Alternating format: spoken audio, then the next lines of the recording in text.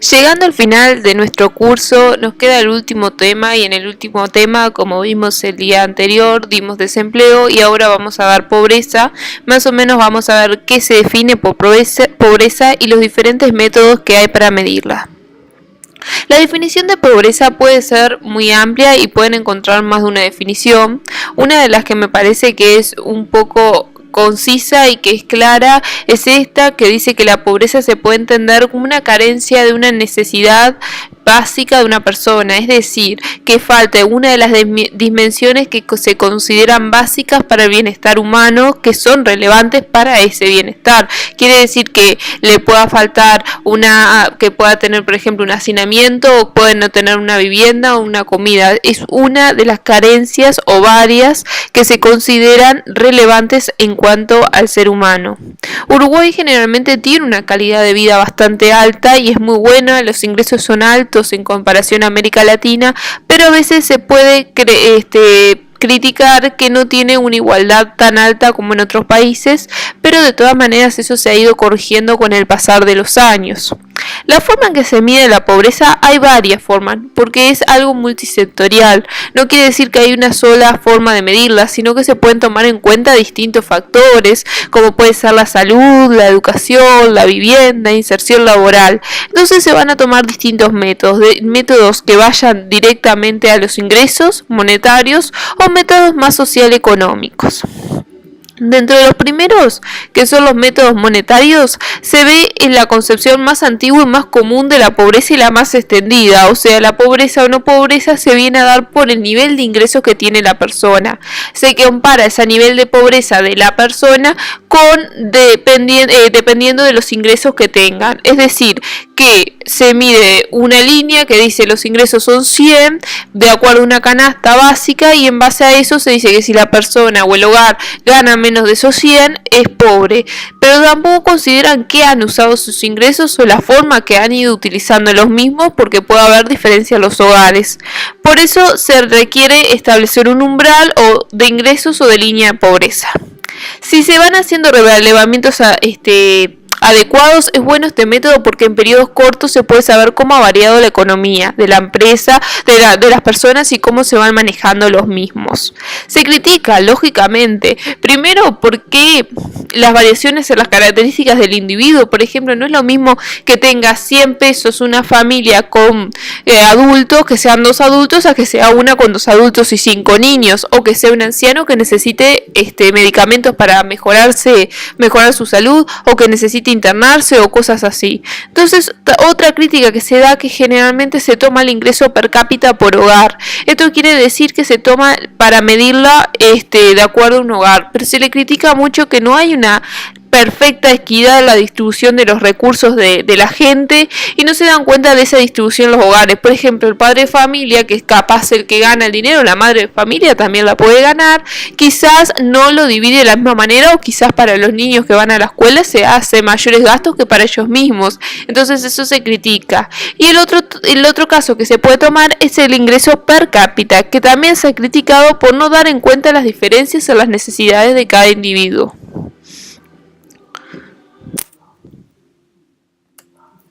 Bueno, lo que tenemos acá en Uruguay es lo que se conoce para la línea de pobreza, y dentro de la línea de pobreza se calculan 2 grados de pobreza.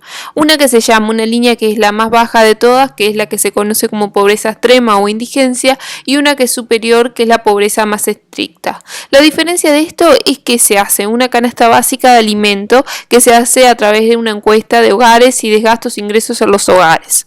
Cuando llega a cubrir los alimentos, quiere decir que sobrepasa el umbral de lo que se conoce como línea de indigencia, y la diferencia entre la línea de indigencia y la de pobreza estaría lo que se conoce bajo el nombre de línea de línea de pobreza, y es lo que se conoce bajo el nombre de canasta básica no alimenticia. Quiere decir que la línea de pobreza se conforma por la canasta básica de alimentos más la canasta básica de no alimentos, y entre cuando supera la canasta básica de alimentos está por arriba de la línea de indigencia, pero si está intermedio de la línea de pobreza e indigencia, quiere decir que es un hogar que es pobre, no llega a superar las necesidades básicas de vestimenta, vivienda que se requiere cuando se supera la línea de pobreza.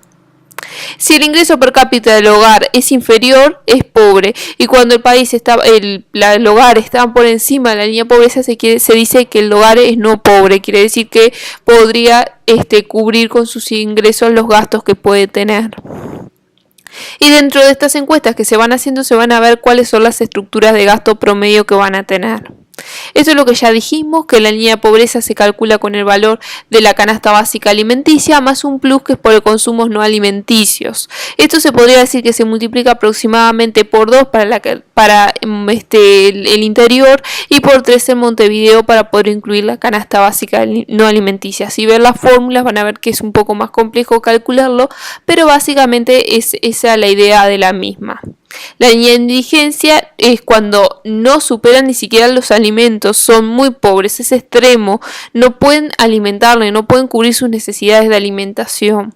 Y si están bajo la línea de pobreza, pero por encima de la indigencia, son pobres y por encima se consideran como no pobres. ¿Tiene limitaciones? Claro que tiene limitaciones, muchos, porque se toma solamente el ingreso de los hogares y muchas veces se toma de acuerdo a una encuesta realizada por el INE. Pero ¿qué pasa? Puede ser que un hogar no sea pobre, pero en un mes tenga un ingreso bajo. De repente trabajan o comisiones y justo en ese mes no tuvieron una alta comisión, están por debajo de la línea de pobreza y son considerados pobres. Y fue un mes en un año, o están cambiando de trabajo y de repente no tenían esos ingresos que en otros meses sí los tendrían. Por otro lado, tampoco se considera cómo se gasta el ingreso. De repente es una familia que tiene muchos ingresos, pero lo gasta de una manera mala, capaz, o al revés, tiene pocos ingresos, pero se organizan bien y pueden cumplir sus necesidades. Tampoco consideran el consumo a título gratuito, como puede ser la salud, la educación, o incluso si está en un campo que pueda comer del campo o cosas así, que pueda cultivar su propia comida, que eso también limitaría los ingresos. Por otro lado, tampoco se toma la riqueza del hogar, entonces puede ser que los hogares tengan los mismos ingresos pero no las mismas necesidades satisfechas. Otro método para medir la pobreza, que es un enfoque más social, es el que se conoce de las necesidades básicas insatisfechas, y mediante este método, que es uno de los que más se ha usado en América Latina, aunque tiene sus falencias, se ve las necesidades de la gente y en base a la satisfacción de un conjunto de necesidades que sean consideradas básicas, como es la calidad de la vivienda, el equipamiento del hogar, los servicios que pueden llegar a la vivienda, como puede ser el agua, saneamiento, el nivel educativo y asistencia escolar de los menores de edad, como también el nivel de escolaridad de sus padres o de los adultos a cargo. Cuando un hogar, una de estas necesidades es insatisfecha, quiere decir que el hogar tiene las necesidades básicas insatisfechas, y si tiene todas satisfechas, quiere decir que el hogar está sobre las mismas y las tiene satisfechas. Y se dice que el hogar de necesidades básicas satisfechas. ¿Se critica? Sí, tiene muchas limitaciones. Una de ellas es que solamente toma en cuenta necesidades permanentes y no toma indicadores que tengan poca variabilidad. Por ejemplo, que se toman características estructurales de los hogares y no cosas que pueden cambiar. Hay muchos hogares que por el lugar donde están viviendo las tienen las básicas satisfechas, y eso no quiere decir que tengan un buen ingreso, entonces tampoco. Y por otro lado, es muy sensible a las zonas geográficas donde se ubica el lugar, que no es las mismas necesidades básicas en el campo o en la ciudad.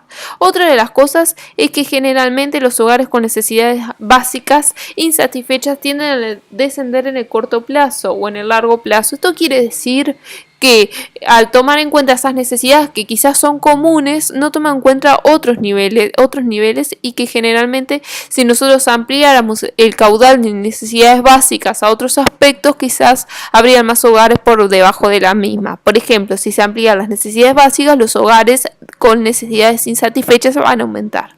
Después tenemos este método, que es uno de los mejores dentro de los mismos, pero también tiene una contraprestación que es muy caro, que combina la línea de pobreza y las necesidades básicas. Es bueno porque distingue la pobreza crónica de la reciente, que ninguno de los otros dos casos lo iba a hacer, y a la vez va a reconocer los segmentos diferenciados para definir políticas sociales y económicas para los segmentos que sean de acuerdo a los mismos.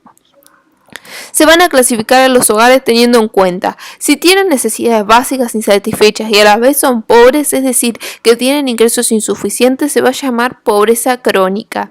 Cuando los hogares tienen las necesidades básicas satisfechas, pero el ingreso es insuficiente, va a ser una pobreza reciente. Esto puede ser que una familia haya dejado de trabajar un mes, el principal ingreso, y queden por debajo, pero que tengan algo ahorrado, por ejemplo. También pueden tener las necesidades básicas insatisfechos, pero un ingreso insuficiente. Esta es la pobreza inercial.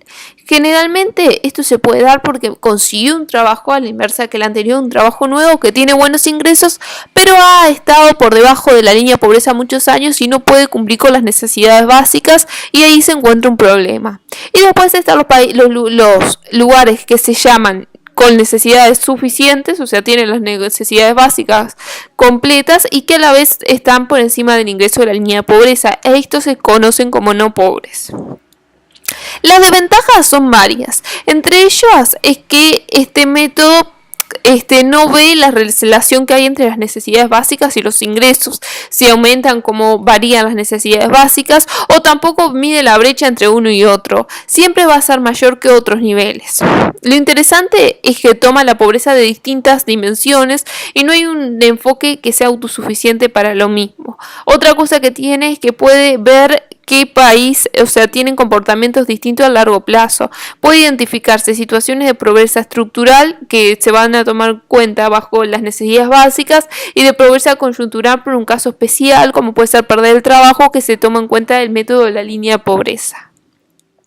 Y después tenemos el índice de desarrollo humano, que es un indicador que toma 3 características básicas consideradas básicas para el desarrollo de un país, que es una vida que sea larga y saludable, que en ello se ve la salud y se puede medir por la esperanza de vida en los países, el acceso al conocimiento, la educación dentro de la calidad de la misma, el acceso que tienen los distintos sectores de la población, el nivel de estudio promedio que hay en el país, cómo es que estudian, si llegan a tercero, si llegan a grado o si llegan nada más que al liceo, a bachillerato, ciclo básico. Y después se va a tomar en cuenta el nivel de vida que sea digno. Esto se va a tomar en cuenta los ingresos, pero como nosotros veíamos dentro de la línea de pobreza, quizás los mismos parámetros no se pueden considerar. Quizás $1.000 para acá, para Uruguay, una familia capaz que puede vivir relativamente por encima de la línea de pobreza, pero en Estados Unidos sería una locura.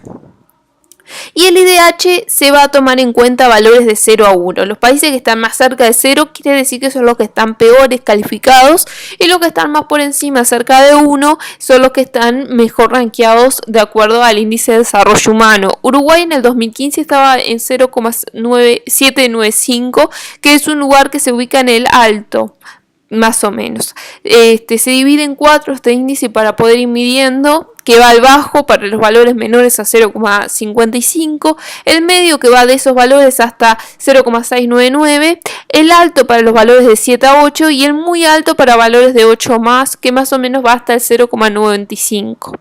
De acuerdo a estos valores se van calificando los países y se van rankeando.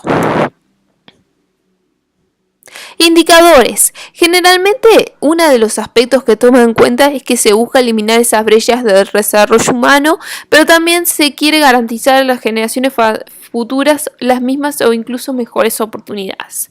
Otro de los aspectos que toma en cuenta en el anuario del 2016 es que se deben considerar temas muy importantes, como puede ser la igualdad de oportunidades para las mujeres y los hombres, cómo exceden los niños o cómo pueden ser cómo es para las niñas también ese futuro. Se ve mucho la parte de la inclusión de los grupos más marginados y esos aspectos más sociales, cómo se han volcado para la economía del país.